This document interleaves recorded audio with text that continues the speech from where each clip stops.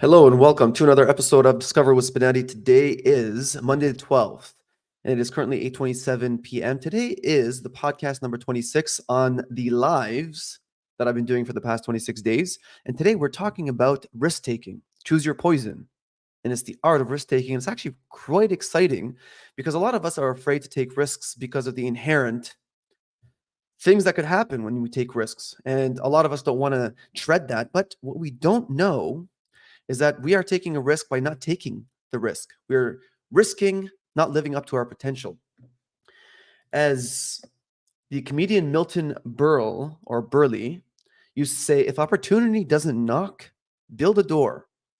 And how is it that you can build a door without taking risks of hurting yourself, of jamming a nail into your thumb, or even hitting your thumb with a hammer?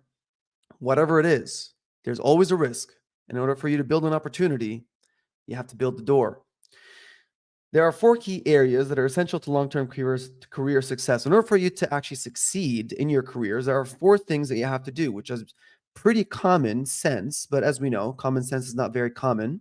And the first one is to choose. You have to choose, you have to identify the opportunity, and you have to choose it. The second is you have to become better at it over a long period of time or a short period of time, depending on how much risk you're willing to take over that short period of time. The third is to collaborate and to network. So choose, get better, collaborate, and the last is to take risks. Those are four key areas. This didn't come from me. It's not none of this stuff comes from me, by the way. I do a lot of research when I tend to do these podcasts. And so these are the four key areas for anybody to succeed in their careers or actually anything at all. Choose what it is, create the opportunity, and choose. Second is become better. Third is collaborate and network. And fourth is take risks.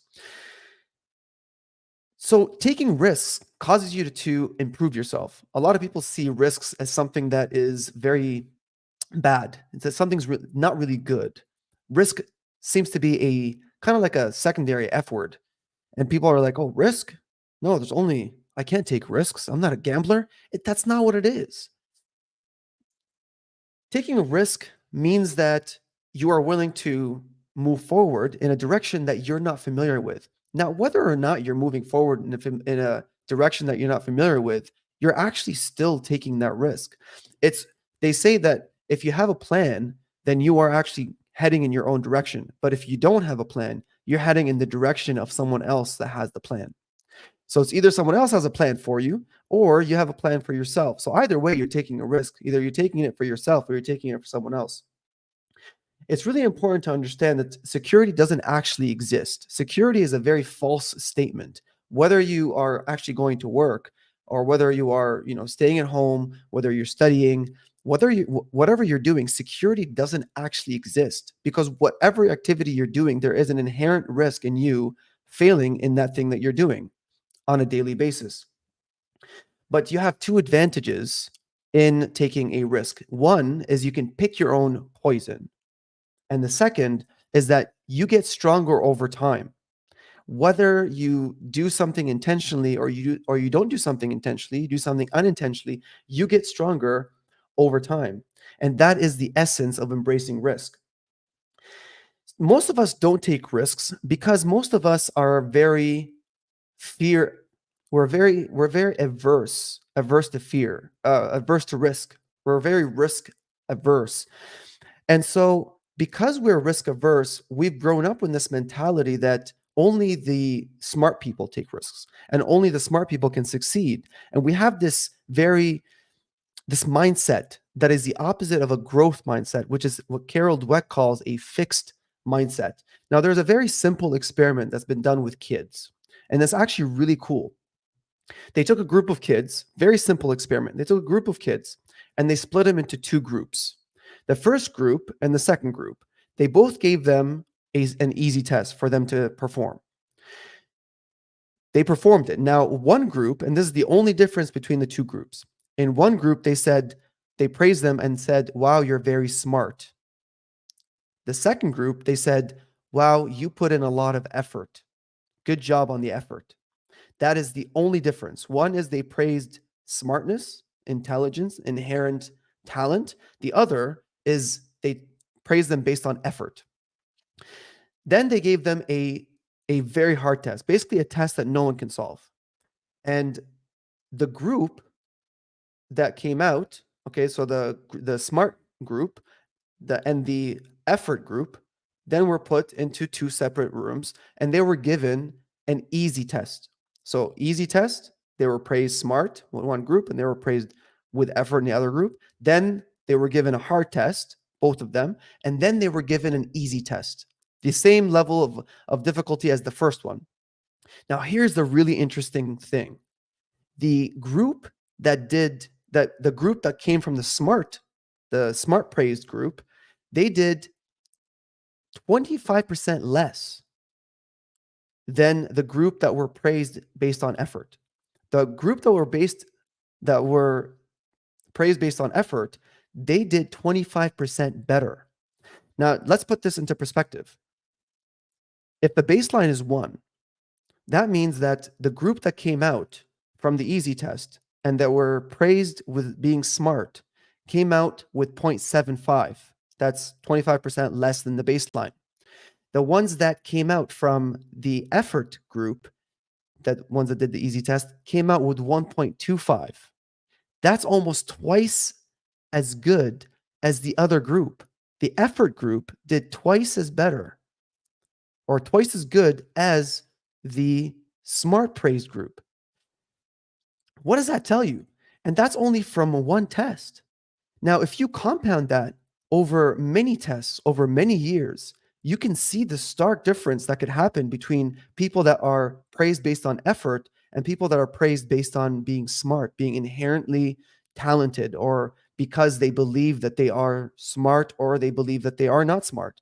And one of the reasons that's given is that when you are praised as being smart and you make a mistake, and then, because you're making a mistake, you then think to yourself, well, I don't think then I'm very smart. And so then you think that you're not smart, i.e., you're dumb. And so then you start performing a lot less, just simply from that switch of mindset. It's incredible. Here's a really cool thing with regards to risk taking. Now, in any kind of business, any business at all is a risk. Any business whatsoever, you cannot argue that any business is a risk. Now, there's a concept called permanent beta. And permanent beta is something that a lot of companies, they take into effect. So for instance, Gmail, when they first came out, they came out with their first Gmail in 2024. That's when they launched it, and they kept it in beta mode up until 2009 after millions of people have used it. And beta simply means that things have still yet to be fixed. So it's still in progress. Right? So it's not perfect, right? It's not finished. And Jeff Bezos, when he writes his annual letter to his shareholders, he concludes every letter by saying that it's still day one at Amazon. Though we are optimistic, we must remain vigilant and maintain a sense of urgency. It is still day one in Amazon. This is the annual letter that Jeff Bezos writes to his shareholders every single year. Because the F word, which is finished, is sacrosanct. Or rather, it's not sacrosanct, it's the opposite. It's terrible. It is absolutely terrible to the entrepreneur. Having something called finished, because when you're finished, like when you think that your company has reached the pinnacle, then it truly is finished. It basically becomes irrelevant.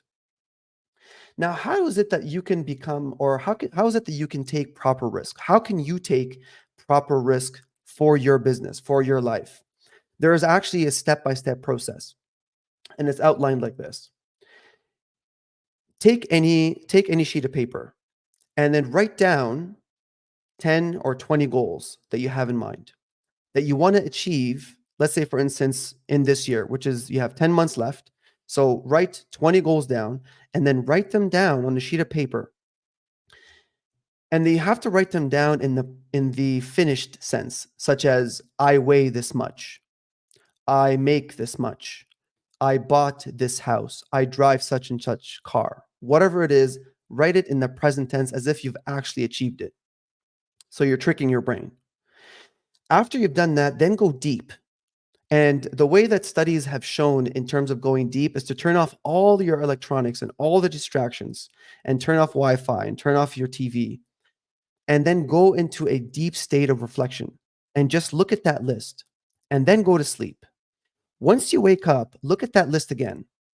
Whatever pops up at you, whenever you're looking at your goals, whatever that one thing that pops at you, that's the one that you are going to circle and then transfer over to a new sheet of paper where you're going to do four things. The first is you're going to set a deadline. And then the second is you're going to create a task list for you to complete that set goal by the set deadline. And in order for you to come up with that list, obviously you have to come up with a lot of research, you have to do a lot of reading. And the third is then to organize it into a checklist that then, number four, that you're going to take action on every single day.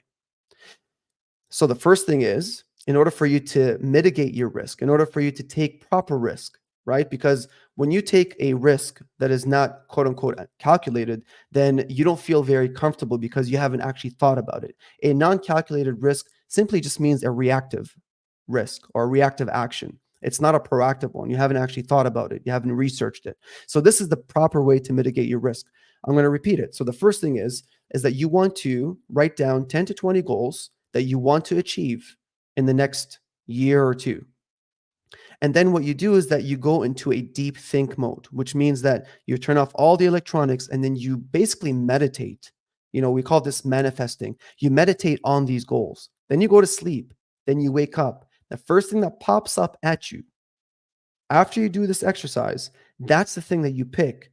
And then you transfer it over to the next sheet of paper. You set a deadline. So let's say you want to complete it in the next 10 months. So before the end of 2024. And then you do research on how you can accomplish that by, for instance, getting a mentor or asking someone that's achieved it or reading about it, learning about it, whatever research you have to do. Okay, so first thing is that pick something, then set a deadline. Third, create a task list of what you have to achieve. Fourth is organize it into a checklist. Okay, what you have to do daily, and then go on and start doing it daily. And nothing will stop you from you achieving that goal. That is the proper way to actually mitigate a risk. Now, the cool thing is that we all take risks, all of us. So whether I'm doing this podcast, on a daily basis, and it's a live podcast, meaning it's really, really big risk, whether we're trying to reach out to people, whether we're trying to make new connections, we're trying to network, whether we're, hiring someone new, whether we're taking on a new partner or traveling to a new country, every single step that we take is a risk. And the way that I think about it is quite simple. You know how they say the bigger risk you take, the bigger reward that you get. So I think of it like this. If you were to calculate, or if you were to think about a distance traveled, if you were to walk from point A to point B, it's not the same as running from point A to point B. Now, obviously, running has a higher risk, for instance, on your joints, on your cardiovascular, on whatever it is. There's a bigger risk when you're running. Now, running is a lot slower than taking a bike, but taking a bike also has its risks, right? You could fall off the bike. You could, the wheel could, you could fall into a ditch or whatever. Bike versus a car, and so on and so forth. The more that you go faster towards a goal, the higher the risk that you're taking, but the faster you're getting to your goal. Same thing with the risks. The higher the risk that is calculated, the one that you've mitigated, the higher the risk that you're taking, the greater the reward. I'm not convinced by anybody that says, you should be taking risks, small risks, or you should be taking these, you shouldn't be taking, I've heard other people say that, you shouldn't be taking any risks. You should just do things. That doesn't make any sense because there's nothing that's guaranteed. I mean, not even tomorrow is guaranteed. So the fact that you're actually doing something means that you're taking a risk. And it's actually very healthy for you to take a risk because without risk, there's no reward. And lastly, the studies about risk. And this, I'm going to read this to you. And it says, studies consistently show that when you look back on our lives, the most common regrets are not the risks we took, but the ones we didn't. And I'm going to end with this. Risk is honestly the only way for us to grow. It's the only way for you to grow, and it's the only way for me to grow. Without taking risks, what is it that life is actually about? Why is it that we do whatever we do if we're not taking a risk? What's fun in sitting on the couch and watching TV or scrolling through social media? What fun is that? Now, take it from the other perspective. When you're risking, when you're doing something that you're scared of, when you're doing something that makes you feel completely uncomfortable, when you're doing something that you think that other people are going to judge you, because that's really what we're afraid of, really. We're afraid of other people's judgment because when we fail, other people are going to be assessing us and saying we're not very smart, right? We're not very capable. But that's normal. That's normal. That is through the progress. I mean, Abraham Lincoln, if you look at Abraham Lincoln's story, he failed so many times. People thought he was stupid. I mean, he failed so many times throughout his career, but he became one of the best presidents. Jerry Seinfeld. If you were to read about Jerry Seinfeld's story, and it's hard to know anybody that doesn't know Jerry Seinfeld. Jerry Seinfeld, at the age of 22, when he rehearsed in front of his friends for a long period of time, and then he went up on stage. He rehearsed for like weeks, and then he went up on stage to perform, and he froze. He was paralyzed because of fear. And he couldn't remember anything, and all he could remember were the topics that he was going to talk about. And that's all he said. And the presentation lasted around 90 seconds, and then he stormed off stage. And this is his story coming from his mouth.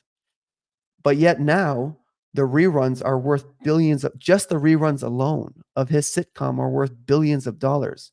But that took time.